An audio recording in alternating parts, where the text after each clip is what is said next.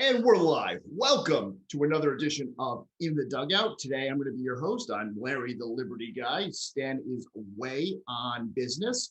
So we hope Stan's having a great trip. And thank you for letting me fill in here today, Stan. We have a great show on deck. I'm very excited to be sharing with you some big stories that are happening here in the Ocean State. So first up, we're going to do batting practice. But before I get ahead of myself, it wouldn't be in the dugout unless we got in the dugout spirit. So I got my cap, Boston Red Sox cap right there. Let's get that on. So as I was saying, we have a big show. First up is batting practice. I'm going to go through the Roadie Report and share some stories that are happening here in Rhode Island, the Ocean State Current and Coalition Radio, also stories coming from them. Following that, we're going to have a encore presentation of the Aria for Freedom, sung by a Rhode Island opera singer. Stan's interview with her is absolutely great, and I am really excited. She's a star.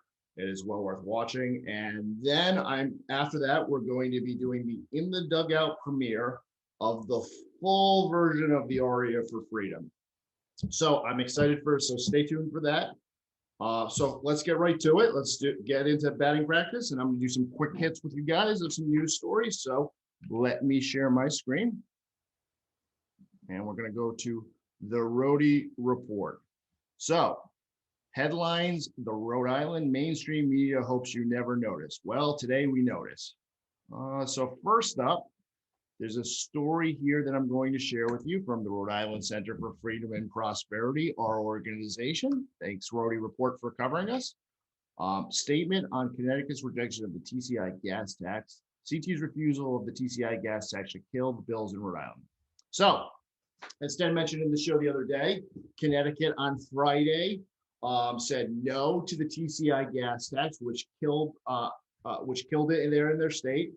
And it really, what it should do is make Rhode Island legislators pause and kill it throughout the whole region. We're down to only Rhode Island, Massachusetts, the only two states that are left that are still considering this horrible carbon tax that really puts a burden on the poorest Rhode Islanders. This is a super regressive tax.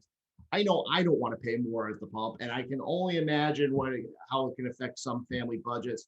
Gas prices are already soaring. It's difficult enough. So why, coming out of the pandemic, why would we even be considering this? Now, our friends at the Yankee Institute, which is an organization like the center in Connecticut, were instrumental in raising awareness, letting people know that this was a gas tax. The governor of their state even said in a press conference, don't listen to Yankee. Well, I listen to Yankee, so congratulations to them for making that happen. Now, let's follow suit here in Rhode Island. I'm going to show you how you can help and do that. By going to the center's website. So let me pull that up for you guys. Go to rifreedom.org/TCI action, and we have an easy to use tool that we've created. And I'm going to walk you through how to do that because it's always good to do that. We have an action that will send emails directly to legislative leaders, Governor McKee's office, bill sponsors, telling them that you do not want the TCI gas tax. So this is how easy it is. Watch, it's going to take 2 seconds. You go over here, you put your name in right there, Larry Gilhini. I should put in Larry the Liberty Guy, but I'm not. Larry at rifreedom.org. Boom. Larry at rifreedom.org. Boom. Town, I'm from Cranston. Born and raised, baby. Love my home. 02920.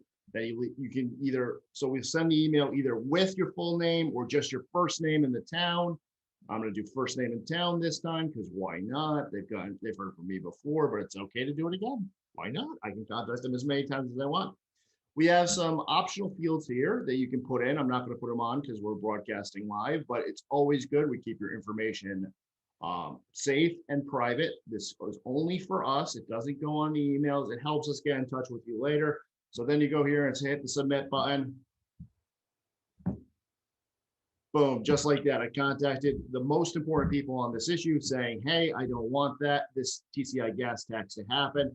And on this page, we have another way to help. So we've made some social share buttons. just click the button and it shares right to your Facebook wall saying, hey, I don't want this. It helps get the information and spread the information around. So next up, I have a story that I broke yesterday on the Ocean State Current.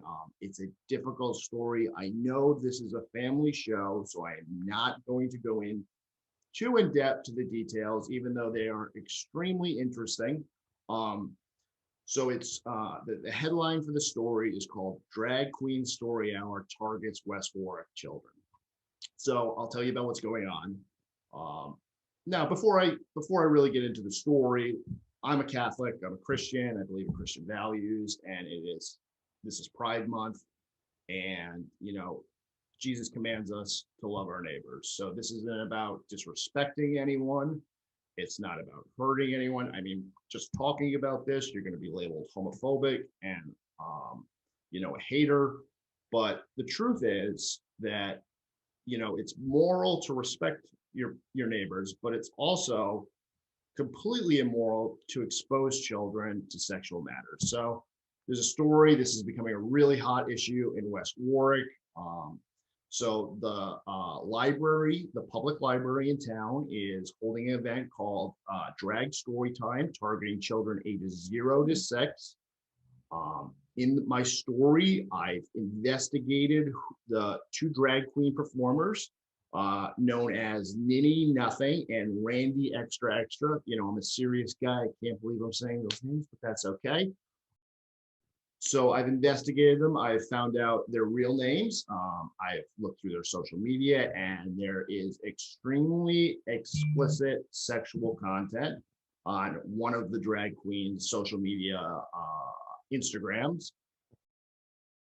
So I went through for your sake, so you don't have to look and found out some of it. There's really offensive, blasphemous images on there. It's very insulting. This person is clearly an anti-Catholic bigot, and it's well worth looking and checking out. So there's going to the town. There's people in town that are very, very upset and very concerned about this, as they rightly should be. So there's people pushing back on the drag story time. And this is going to be a hot issue. We're going to be following this story as it develops on the Current. Tyler Rowley has a piece that he's written. There's all kinds of exciting things. You can see it on his Facebook about this issue. And I encourage you to stay connected, stay involved. Go to oceanstatecurrent.com, read the story. There's pictures below that I'm not going to scroll down to that you can see, offensive enough to give you the idea. And I think this is an important issue to discuss, because the progressive left says that they stand for one thing, but once they accomplish their goals, they always continue to push the boundary further and further. And when we get to kids, it's just way too far. So, my heart goes out to West Warwick families. This is something that shouldn't be happening in the community, but it is right now, unless we stop it. In the article, I really tried to keep my journalism hat on, and I will quickly scroll all the way to the bottom and point out that there were at least 2 cases of pedophilia involved with other drag queen story times. There was one in Milwaukee where the former president of an organization that was sponsoring the Drag Queen Story Hour was charged with possession of child pornography. And in Houston, there was a 32-year-old sex offender that was actually the drag queen. There was another store that I didn't include in the article, but there was, because there's only so much room that you can print stuff, that there was a drag queen who flashed their crotch area to children in the middle of their story time. This was circulating on social media. Here in Bristol, there was a drag queen story hour in 2019, and it was canceled, then uncanceled, and then actually went on. So, but to me, that's an indicator that there's a lot of people that are uncomfortable with this in the community, and that there's that if pushback happens, that these things can be stopped if we tried. So that I want to go through that with you. Go to oceanstatecurrent.com. Next up is congratulations to my friend Dave Talon. Dave worked on the campaign of Oscar Vargas, who is a city councilman in Providence's Ward 15. He was just elected. This is the seat for the new lieutenant governor that vacated the seat. Dave ran the campaign. He had a mail ballot strategy. He won the seat for Oscar. Now, Dave, Oscar's a Democrat, but he's a conservative Democrat. And one of the things we say here in the Dugout is that if we want to see Rhode Island restored to what it should be, conservative Democrats need to step up and push back against the progressive left. And Oscar beat the two progressive candidates that one was backed by the Governor McKee, and the lieutenant governor for that seat. So this was a major blow against the progressives, and it's exciting to see that even in far left Providence, yeah, and it may be a Democrat, but seats can still be won, ground can be taken. So big congrats to Dave Talon for organizing this campaign. It's a special election, just happened, so it's exciting news. Wanted to share that with you. Next up, another quick hit is on June 10th. There's going to be a rally for our rights at the Rhode Island State House. It's a two-way rally. Wear your yellow.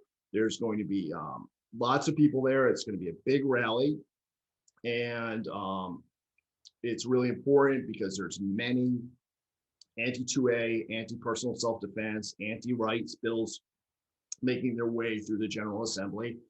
And related to that, I'm going to share a story on the Rhodey Report coming up from Coalition Radio, which is run by Pat Ford. Pat is always at the press conferences, former chairman of the Libertarian Party. He's working as a reporter right now, and he's doing fantastic work with that. And it's exciting to see the great stuff that Pat's doing. In fact, he made the Attorney General upset with this question. So I'm going to share that video with you now. I want us all to watch it together. I think Pat did a great job. And go to Pat's channel, subscribe to the Coalition, and to get great journalism updates like this. So let's watch.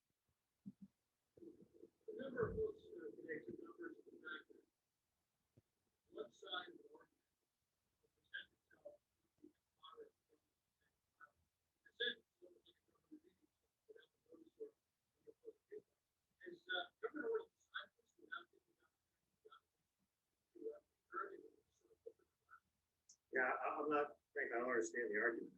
The bottom line is that the representative democracy, people contact their representatives and senators, they make their voices heard, and then they vote. And if they vote, they pass a bill, and it goes to the governor, and he signs or he doesn't. So, these are bills that we have all put our support behind, like any other citizen. The fact that I'm a constitutional officer may make my position more or less persuasive. That's up to the legislature to figure out, and ultimately the voters.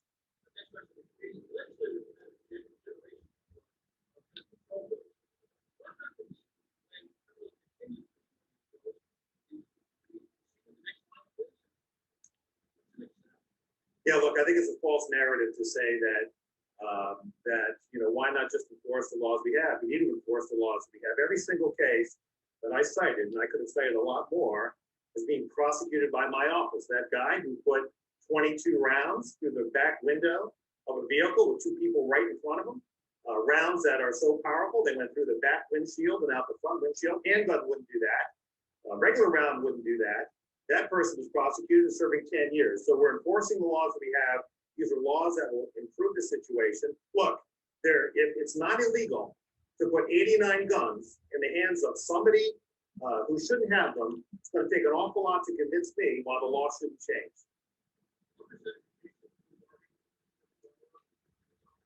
I don't know.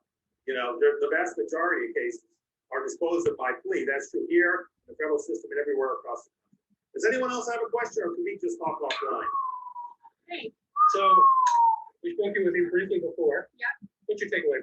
unacceptable behavior from an elected official. It's amazing. The Rhodey Report has the headline that I just think sums this up. He gets angry when a reporter actually does his job by not towing the party line. So go to the rally, subscribe to the coalition right there, Coalition Radio, PO Taxpayer, search that on YouTube, subscribe to his channel. Subscribe to our channel for that matter. If you haven't already subscribed, smash that like button, the thumbs up on his channel and ours. Go to the 2A rally happening tomorrow at the State House. This rally is starts at, good question, 3 p.m. Starts at 3 p.m. I think it's important for everybody to go out. You know, things aren't the way they were last year at the State House. Things have certainly changed with Speaker Mattiello leaving, and our rights are really at risk to defend ourselves. So please go to the rally. I'm going to be there. There's going to be lots of people there. It's well worth your time to go. So please do that. And all right, that's the end of quick hits and batting practice. Next up, we're going to do a segment from the Rhodey Report where they've sent over some of their best headlines and they asked me to share that with you. So I am very excited to do that. So let's roll that right now. News from Rhode Island's own Rhodey Report. The headlines the mainstream media hopes you never notice. Citizens are taking their children's minds back. Westerly is the third school district to receive high-volume public records requests. These records requests are a demand by parents for information regarding what is being taught to our children in Rhode Island public schools. These efforts were spurred by the efforts of single mom, Nicole Solis. Nicole was threatened with a lawsuit by the South Kingstown School Committee for her attempts to learn what we taught to her child. She just wanted to understand the extent of critical race theory in the South Kingstown curriculum. Critical race theory, or CRT, is an ideology rooted in the false concept of Marxist class struggle. The emphasis on race with the goal of dismantling all social institutions, such as police departments. Critical race theory is inherently racist. South Kingstown, Rhode Island is also under further scrutiny after a controversial mailer went out to students as young as 5 years old. The Rhodey Report asks, are even more Democrats destroying parental trust and using children to advance their agenda? The South Kingstown mailer investigation focuses on a well-known Democrat political consultant. WPRI Channel 12 continues its bootlicking of the entrenched political class. The alleged news outlet asks the stupid question, is it safe to go maskless with COVID-19 variants out there? This is a bizarre question considering a mask can't stop a microscopic virus from entering your body. In other news, progressives in Rhode Island are working to direct revenue from cannabis operations based upon your skin color. The apparently racist Rhode Island Coalition and labor organizers want tax revenue generated by the sale of cannabis to be used to push race-based policies in the Ocean State. Finally, David Cicilline seeks massive amounts of our children's future earnings to save his nationwide propaganda machine. According to a Pointer.org article that is actually favorable to the idea, the failing news industry that clearly pushes the political narrative of the day should be propped up by taxpayers' wings. The same taxpayers that are victims of the consistent statist propaganda pushed by the news outlets. This has been the top headlines the mainstream media hopes you never notice. Learn more at RhodeyReport.com. How great was that? Next up, I am also very happy to share with you an encore presentation of Stan's interview with the singer of the aria for freedom, To This We've Come. Stan's been using that as a theme throughout the recent episodes of In the Dugout. So if you missed it, and it's really a fantastic interview. She's a special lady. It was fun to work on that. So let's watch that interview now. So let's turn it back over to Stan, even though he's away.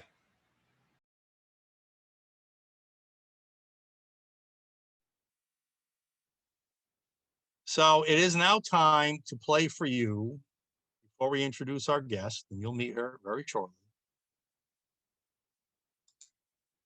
the aria, To This We've Come. This aria was composed, as I mentioned earlier, in the 1950s. Well, in the 1940s, it was part of the 1950 Pulitzer Prize-winning award opera called The Consul. It was composed by Giancarlo Menotti, And this performance, you will see both the singing and the visuals that you'll see, the imagery will put together in this world premiere Aria of Freedom performance by Claire Stottmuller, who you meet shortly. How can you see it? Well, let me show you. You can go to oceanstatecurrent.com and you will see right at the top, Arias for Freedom. Click on that, and we have two versions of the aria. This is the abridged version. This is about 2.5 minutes long. We're going to play the whole abridged one for you in just a minute. Just below it is the full-length version. It's about 7.5 minutes. But we want to play you a few highlights before you meet the performer. So here you go, the world debut of as an aria for freedom of To This We've Come, performed by Claire Stottmuller.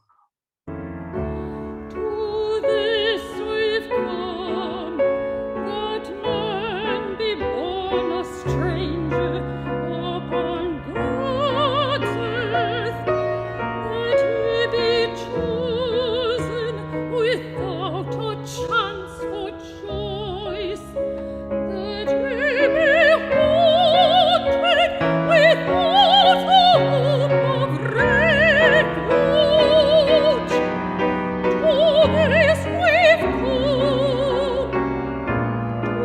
this we've come, and you too shall weep. If to men, not to God, we now must pray. Tell me, secretary, tell me, who are these men? If to them, not to God, we now must pray. Tell me, secretary, tell me. Oh, these dark archangels, will they be conquered? Will they be doomed? I ask you for help, and all you give me is papers. What is your name, Madame Sorel? Age 33, color of voice, color of hair, single, married, religion or race, place of birth, father's name, papers, papers, papers, papers, papers, papers, papers, papers, papers.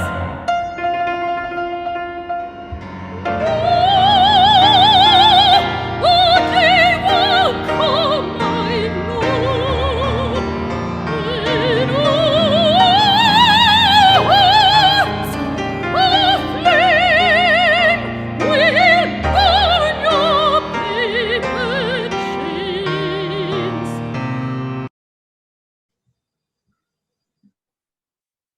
And now, wasn't that terrific? And now, without further ado, let's meet the performer right from Rhode Island, or a Rhode Island resident right now, Claire Stottmuller. Did I say that properly, Claire?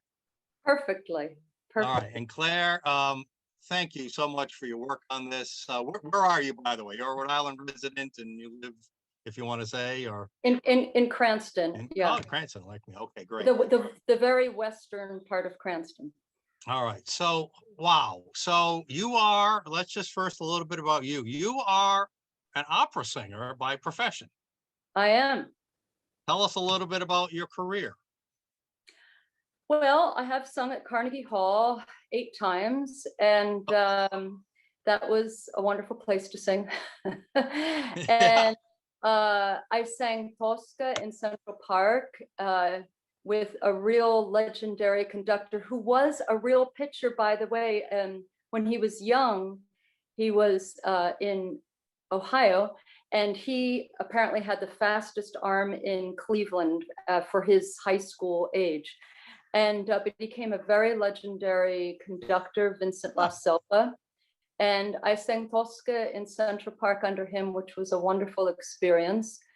And I was supposed to sing Tosca in Sicily until all of this COVID shut everything down. And here, yeah, Yeah, I'm sure the public ticketed paid performances have greatly diminished in the last year. Now, I forgot to mention right off the bat that you're also a great sport in the dugout. You've got your own chapeau on. Is that a special chapeau for any reason? It's beautiful.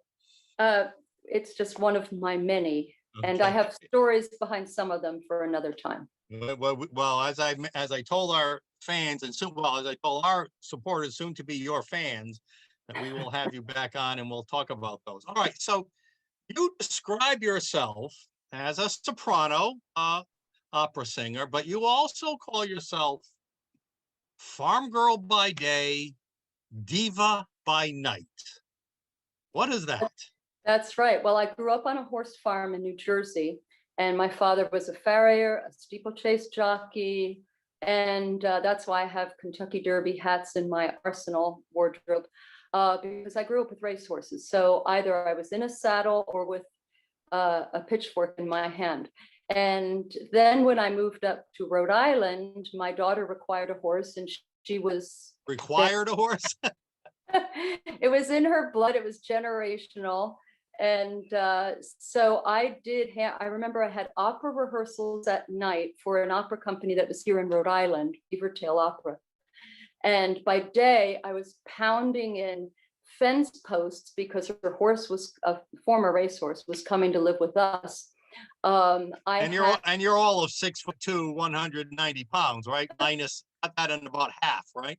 110 pounds. Yeah, I am an anomaly and of course, if I had a nickel for every time that someone said, when I said I'm an opera singer, if I had a nickel for every time someone said, but you're so skinny, I'd be a wealthy woman. Now, one more thing before we get yeah. to the aria, Claire, on that. Now, every time I've talked to you, and since you told me, because I've never met you in person, but about your diminutive size, I think of Pat Benatar, who was apparently also diminutive, was classically opera trained apparently, and then went on, of course, to have an unbelievable rock career. Have you ever had that analogy of Benatar? No, I think because I'm too squeaky clean. Yeah, But definitely, the definitely a little more cultured. The analogy I use is Seabiscuit as the racehorse. He was Oh, little but mighty. Yeah.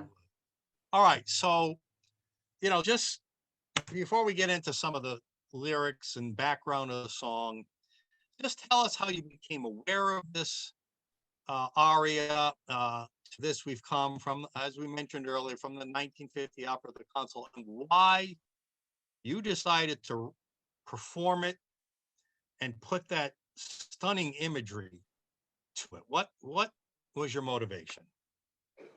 I wasn't looking for it. I was going through an anthology and looking for this other piece of standard Italian repertoire that I was going to learn. And I just flipped open that page, and I was familiar with the opera, but had never sung it. I knew what it was about, but it was a distant memory. The opera was The Consul, right? Yes. Giancarlo Menotti wrote it in the 40s. It won a Pulitzer Prize in 1950. And I started reading the text and I thought, my gosh, we're here now. We're here. And or some of this we've come is about to come with the COVID passes that wasn't there here. I found it in July last year, July. And so I just thought, this is incredible. I must sing this. And so I did contact Stephen Martorella, is long been in Rhode Island and an excellent pianist. And so we recorded it in his First Baptist Church. All right, let's get back to the song in a minute. But first, I want you to give us a little more background on the opera and on the song, and why it was written back then by Giancarlo Menotti. It was basically a dig against communism, right? What, wasn't he from the Eastern Bloc? Well, he was from Italy, but Okay. Anybody in Europe was aware of what's going on elsewhere in Europe in the 40s. Yeah. And so he just says it's a European totalitarian government. He doesn't specify which Okay. country. Okay. But in reference, I have Romanian friends. And in fact, I spoke to my 105-year-old Romanian friend yesterday in preparation for this. And so with Romanian friends who lived through that horrible regime, I've been aware of some of the things they've gone through. And they have these ideas of, this fear that it's coming to America. Would you say that now I'm sure being in Italy, I don't know, exactly what the state of Italy was like right after Mussolini in World War II, after Mussolini was killed. But I mean, there's the 12 Days of Christmas song, right? That was a song sung by Christians in whatever oppressed society.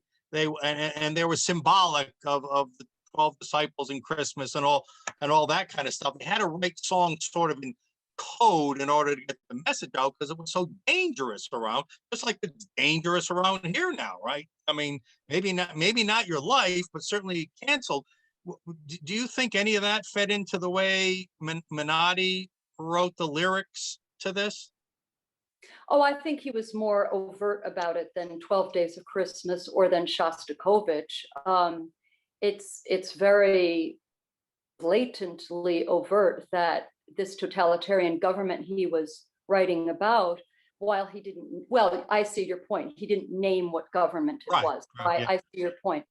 But it was certainly that a totalitarian regime causes suffering. She commits suicide in the end to protect her husband, who is a dissident and is on the run.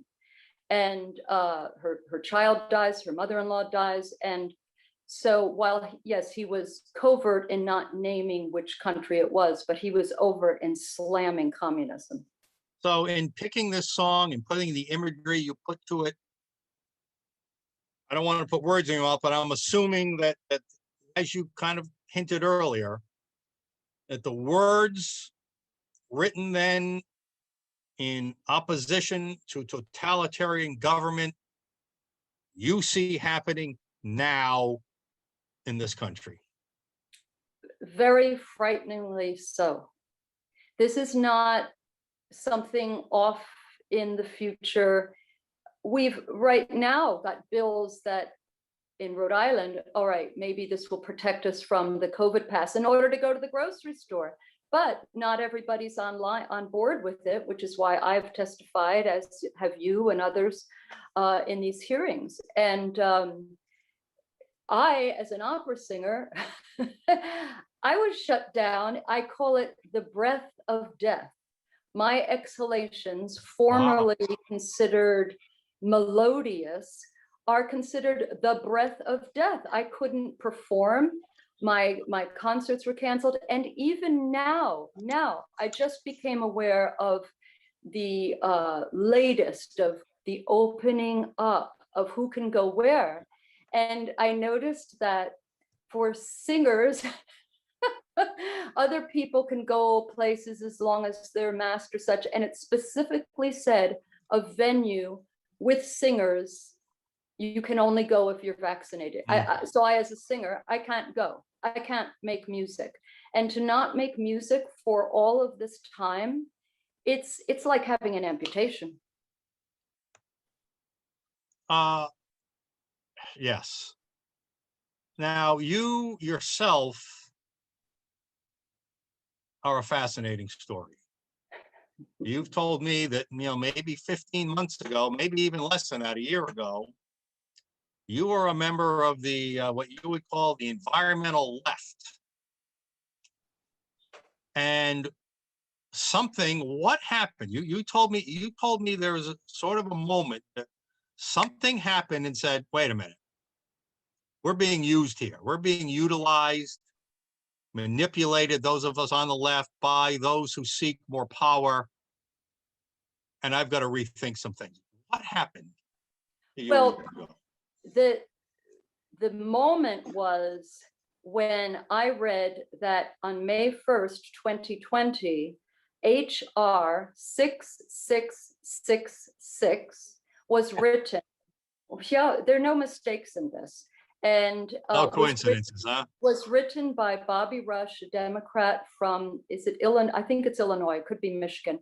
He had been in Africa with the Gavi Foundation, and there are a lot of payoffs and such.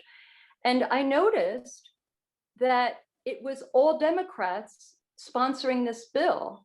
And at that point, one Republican, and he withdrew. And this was to spend 100 billion with the B dollars for contact tracing and testing. Now, as an opera singer, I don't have things shoved up my nose. An opera singer's nose is really important, and I have quite a spectacular one. There's another one if I had a nickel for every time, but Greek German, that's where it comes from, folks, the Greek nose. Here it is. Okay. So I do not have something shoved up my nose. Our noses, our sinuses are very important. And so $100 billion to trace us with the PCR test that's irrelevant and inaccurate, and spending that kind of money, why not spend the money on vitamin D, vitamin C, people getting out, coaching on this? And we want to invade your privacy rights. Exactly. And so then, I mean, I just thought, who are these people? Who are these? Like the song says, who are these dark archangels, right? Who are these people? Yes. And when I saw that it was only Democrats, I thought, I've been in this club. I've been in this club. And so, you know, I was raised, my mother loved Hubert Humphrey, her dying words on her deathbed in October 2019. She came out of her comatose state. But when my sister said to her, Trump's in big trouble, Mom. And my mother came out of her comatose state and said, oh, good. And then she died. I mean, she didn't die at that moment. She died a few hours later, but those were her last words. So you can see I was raised this way. But when I thought they're going to chase, I'm very responsible for my health. That was your first clue. The government was about to take control of our lives, right? Yes, and I don't need someone telling me about my health. If I'm sick, I'll know it. I don't need a test and to be chased around for it. I don't even own Tylenol. Because I take care of my own health. I'm very independent in all ways. All right. Before we get into some of the lyrics, again, just one more time, I just want to crystallize this. So we've talked about the original lyrics. We've talked about your little conversion, a big conversion, I should say. But again, what message do you have for our viewers that connects the original work to today's world? What is the message you're trying to get out by performing and putting that aria and putting together that imagery? Fortunately, this aria does have an ending of hope. Yes. That neither ink nor seal, our hearts of flame, will burn your paper chains. Neither ink nor seal will keep us. And so that's encouraging, because sometimes I am very discouraged because, you know, I was made unemployed by this whole my students left because they didn't want to have lessons on Zoom. And but the message, there's so many parallels, and my Romanian friends are helping me with this because I haven't lived through communism. But the parallels of censorship, and the thing I would like, yes, your audience, they're probably, after hearing you a lot, are already clever enough about this, but there are no accidents. All of this, the BLM riots, all of it has been timed and engineered and produced like a big giant opera, but we're in it. And so your audience should really, none of this is it's going to be a comedy. So let me I want to get to some of the lyrics. We've got a few minutes left. So let me summarize and tell me if I'm right.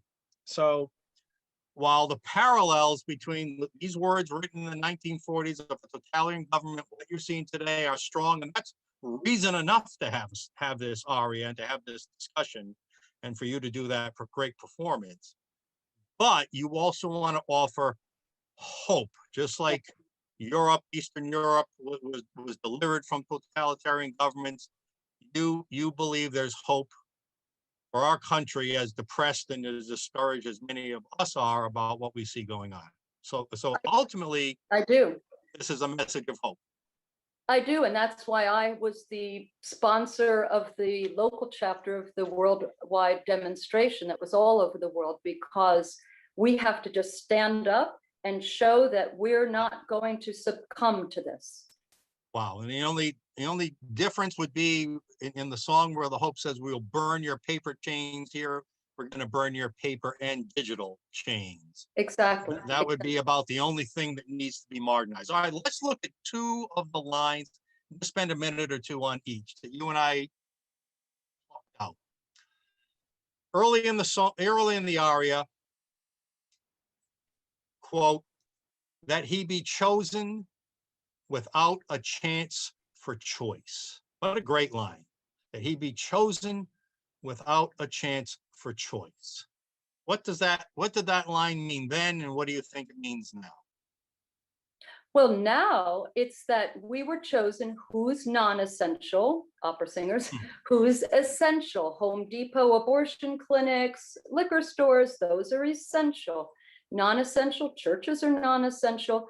Anything that speaks of humanity, music is what makes us human and what expresses that. So we didn't get to choose. And in communist time, you couldn't even choose your profession. You couldn't choose what your line of work was going to be. People were chosen that you go do this. You couldn't choose to practice a religion. So there are parallels. And now we don't have much choice, it seems, whether we get vaccinated or not, although there were some who will fight that. Well, that's the big fear. And also just the choice of Thanksgiving. Oh, you may have 9 people in your house, otherwise the state police will come. This is choice. So this is freedom. To breathe oxygen is choice. Oxygen is our unalienable right given to us by the Creator. It is not to be mandated that you can have less oxygen. Wow. Claire, this is terrific. All right, the second line we've chosen to discuss today, and by the way, we're going to have Claire back regularly, and we're going to replay, and we're going to repeat. And again, go to oceanstatecurrent.com, listen to the whole aria performance and all the great imagery that Claire chose to put with those powerful words and that unbelievable music written over 70 years ago. Okay, the other line we're going to talk about right now is, if I can find it, oh yeah. Wow. If to men, not to God, we now must pray. Again, what did it mean then? What does it mean to you now? Well, communism requires that the state is the God and that people cannot have a God besides the state. They require it. And my Romanian friends have told me about this. My 105-year-old friend who her parents never discussed religion for fear. So at kindergarten, when she was told to Protestants sit there, Jews sit there, she didn't even know which she was. So, and now we are taught to worship the pharmaceutical industry. We're taught to worship it, that's the answer, rather than natural, healthy living. And there needs to be an education in that. It's not just winging it. I didn't wing it. I studied herbs and nutrition and such. So are you thinking of Fauci on this line? If to men, not to God, we now must pray? Yes, all the people would stand by Fauci, and he's a criminal. And then making donuts, the irony of that, instead of healthy eating along with... Wait a minute, I got a criminal? Oh, you didn't know? All right. Well, we'll talk about that another time. Now, let me amend the word because I'm sure it would have the same meaning. If to men and their institutions and their man-made institutions, not to God, we now must pray. Would you agree with that? Yes, because we're being controlled and, well, there's propaganda. I haven't had a television since 2010. So I think that's why I'm immune, partially just because I'm too bloody independent to buy anybody's propaganda. Well, I did for a while, didn't I, when I was a Democrat? So it's, we're told we have to worship these groups, these groups. Well, the Black Lives Matter group, These identity politics groups, right? And all, we're told not to be critical thinkers, not to have independent thoughts. And if we try to, they're censored. They're censored on Facebook. So the censorship is a huge part of this whole picture. And the Never mind God and the pearly gates of heaven and judgment day. The judgments are now being made by governments and big corporations, right? Yeah, and that Jesus in Rio de Janeiro, it used to be Jesus saves. Now it's, as you mentioned in another show, it's sacrilegious. Vaccines save. And churches were closed. I, as a musician, I know that all full well because I used to sing concerts in churches for special things, and that's all shut down. Yeah, and I talked about in my opening comments how in Michigan the valedictorian speech was censored for being too Christian. Oh, of a high school. Yes, that's similar to being too white. Coca-Cola told their employees, you can't be too white. She is Claire Stottmuller, farm girl by day, diva by night, performer of To This We've Come. Claire, you are an absolute joy. We will have you soon back on the show. Thank you for being with me. Thank you. And thank you on behalf of all our audience for being on In the Dugout. And we're back. What a great interview. That was amazing. Thanks, Sten, for that. We can't wait to have you back next week. On tomorrow's show, I am going to have Dr. Andy Bostom on COVID numbers, everybody's favorite. I love Andy. You love Andy. We all love Andy. Andy's been doing such a tremendous job of bringing everyone the truth throughout this pandemic. And it's just amazing, the work that's being done here. This is the only place that you'll get things like that, that the real news, the things that are happening, the real numbers. There's really been a pushback. These have been difficult times. You know, the executive orders seemed like they would never end, and they just keep going. And it's important that we get the truth out there. So we need your help to do it. Please share the show on social media. Copy the link, paste it into your Facebook, put it up on Twitter, wherever else you have the alt tech platforms that are really that are blossoming. Please share it with your friends. Send it as a text message to your friends. That works. Say, hey, we watched this show. Please share the show. Please subscribe to the show. We need your help to make our audience grow. With that, I'm going to close out by doing the In the Dugout premiere performance of the full version of the aria to Freedom, To This We've Come. So thank you, everybody. I'm going to let the show end by playing this. Please listen. We'll all listen together. And thank you. And I'll be back tomorrow. And Sten will be back next week. And that's a wrap.